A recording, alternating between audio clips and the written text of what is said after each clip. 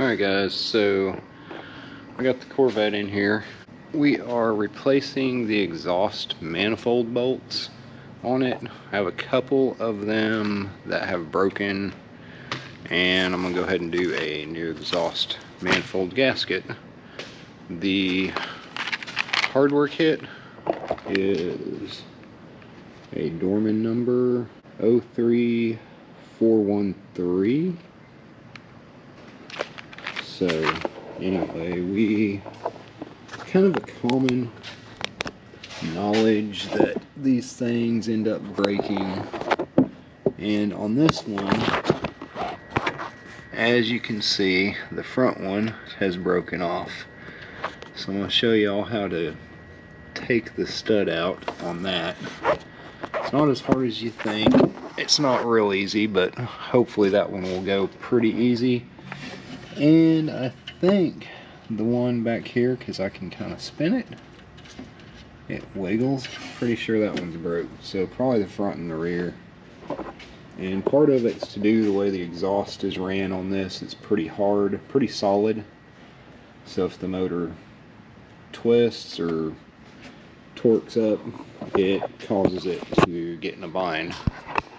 So we got these bolts. Supposedly these bolts are a lot stronger, and I also got a sandblaster that I'm gonna run these through and clean them up and probably put a clear on them. So anyway, let's get started. I'm gonna go up in the air and take the collector loose first.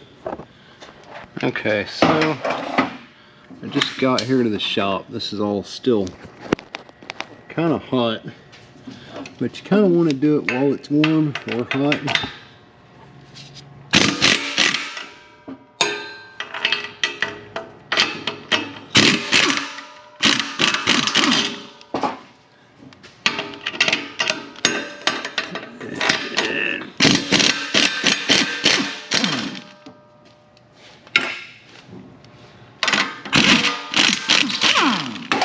This one's been apart before, so it's not too bad. I already loosened this side.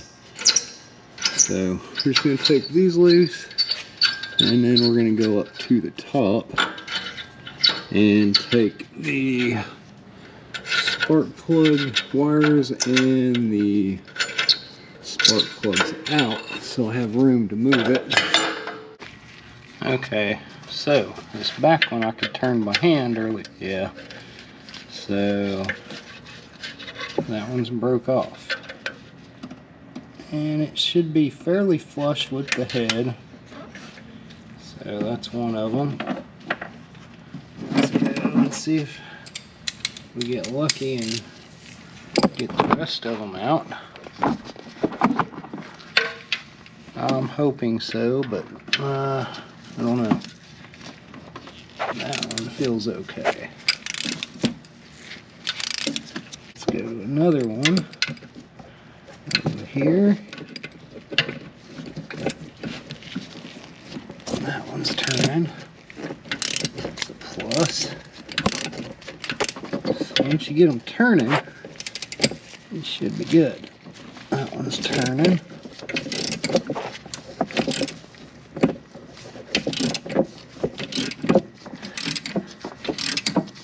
So it looks like just the back one and, whoops, looks like the back one and the front one. Well, I got one more that I got to get out up here.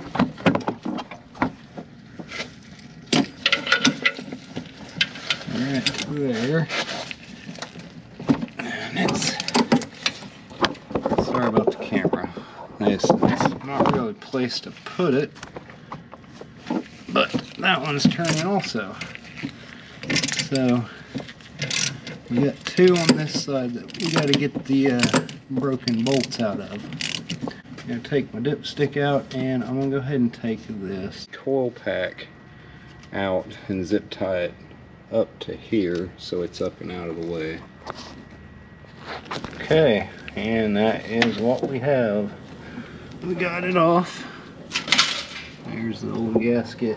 So you can see, maybe not, this hole right here.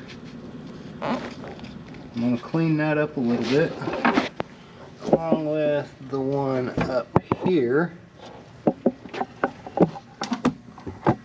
So, got this side off.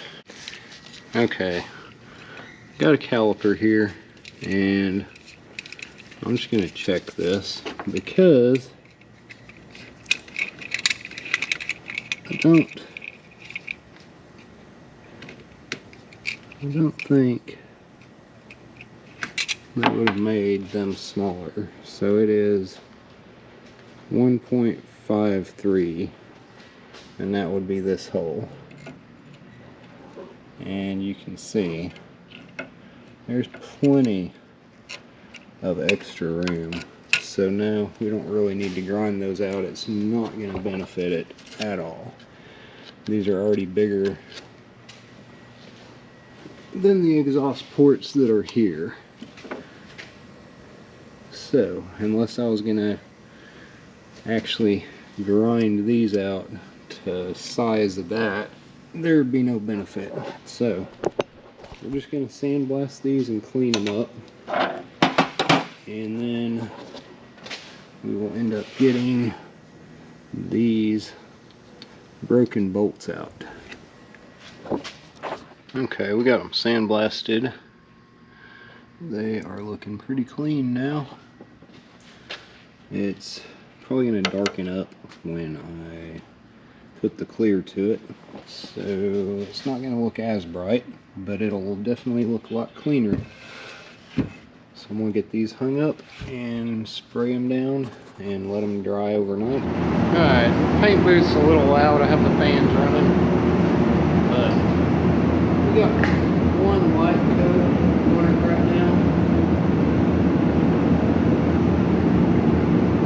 We're just going to run another coat over it.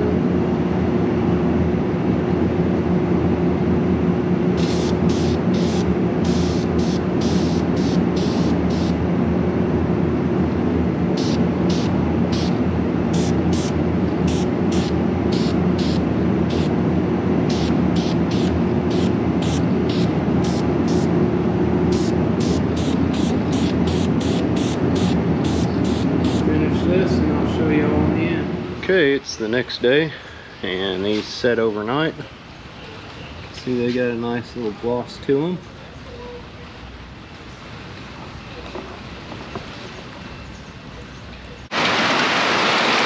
Well, I'm not sure how this is going to go today.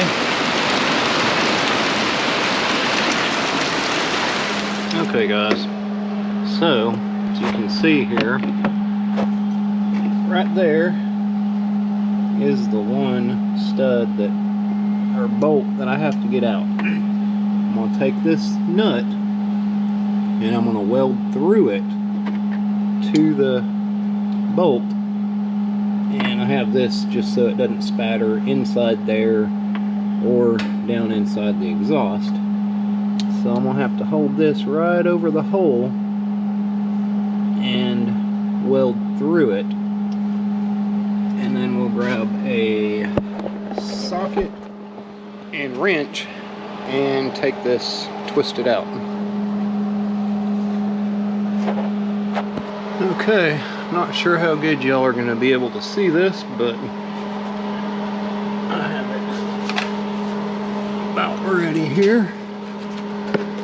Let's see if I can get this.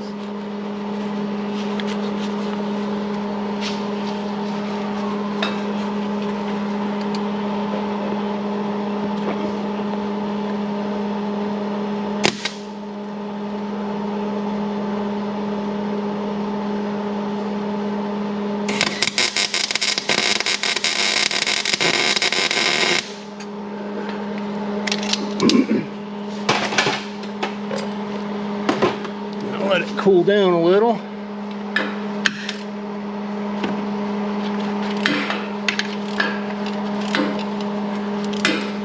Heating it up causes it to loosen up, and then when you run the threads out, it fixes any threads of the aluminum that got too hot. Oh yeah, it's coming out good. I was trying to drill and tap these things, I've never had any luck with. This is the only way I've been able to really get them out easily. You don't even have to get the nut on there straight.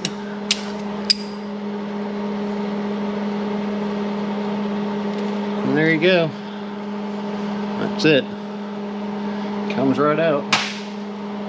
And you just take and clean that up. Looks good. Show you a better close up. Okay, there's the hole. Right there. And it's not even hot. It's cold now. So that one's one down. Okay, on some of these bolts, trying to get them with the vice grips to hold them, you're not going to be able to get your hand in there and the welder. So what I've done, I'll take a piece of tape and we cut out the center of the bolt, right, of the nut, and then line it up and just tape it there so it's held. And then you can get the welder in there and not have to worry about holding the nut and getting the other one in there without, you know, keeping it lined up. Okay, back up here.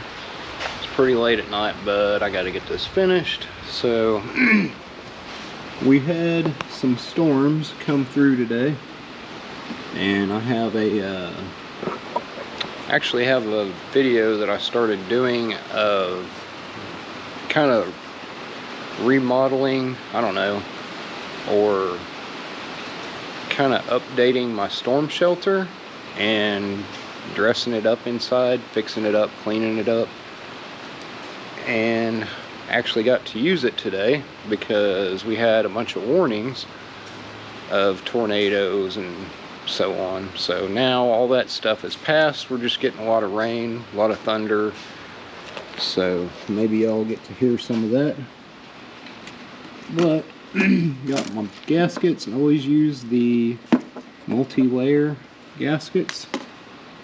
And part of that's because this is aluminum and your exhaust manifold is steel, and they have different expansion rates.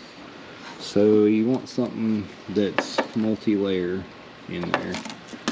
But I got this one all cleaned up. All the mating surface is clean.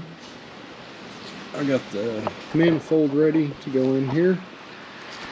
Alright, there's two bolts that you put through it to hold the gasket in there and get them started, and then pretty easy to get the rest in because it just holds it there. So that was one of the ones that we took out. We took out this one and the one in the very back, which I'm gonna have to do from under. I'm gonna have to start that one from underneath, but it's going in pretty easy. I think it's gonna look pretty good. Now you have to, when you paint these, you have to go through some heat cycles so you don't just burn the paint off, or the clear coat off of it right away. Alright, we got that one tightened in there. I like the way it looks. A lot cleaner. Now this is that's another story. That's brand new. It's just was not coated and completely rusty now. So I'm gonna go to this other side and get it put on, put my spark plugs back in and the coil packs back on. So actually think I have to clean this side up first. That one's pretty dirty right now. I actually use a little Scotch-Brite pad for cleaning off the surface on here. and basically just take a little bit of brake clean,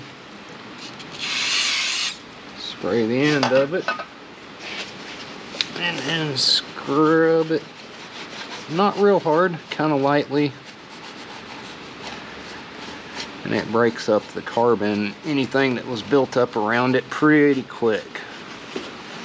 So, and it gives it a pretty good finish.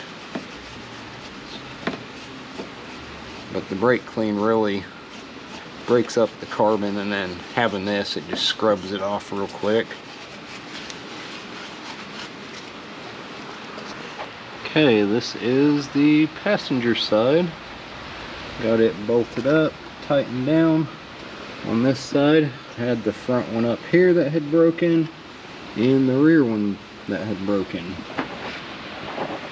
Now I'm gonna raise it up, bolt the collector back together, put the spark plugs back in, and the coil packs back on. Okay, got everything put back together. Now I have the VHT flame-proof satin clear on it. So on the back it says run it idle for 10 minutes, then let cool for 20 minutes, run it idle for 20 minutes, then let cool for 20 minutes, run under normal temperature conditions for 30 minutes. So you're supposed to do it in like 3 cycles. Now, if you cure it off the vehicle, it says heat it to 250 and then let it cool for 20 minutes, and so on, and then cure at 400 degrees for 30 minutes, and then 600 degrees for 30 minutes. So what I'm going to do, I'm going to do the running part, but I'm going to also watch the temperature. I have this little gauge here that gives you, I don't know if, yeah, so I can check the temperature. So I'm going to start it up. I'm going to run it probably up to 200, 250 and kill it. And I'm actually going to let it set overnight because it's pretty late. And then I'll come back tomorrow and do the second cure, run it for a while, let it heat up warmer, and then kill it. And pretty much that will be it for this on this video. And if you guys would go down and click the like and subscribe button, and if you got questions, go ahead and put them in the comments. I try to get back to people if they got questions about the car or anything on my other videos. So I will talk to you all later. Bye.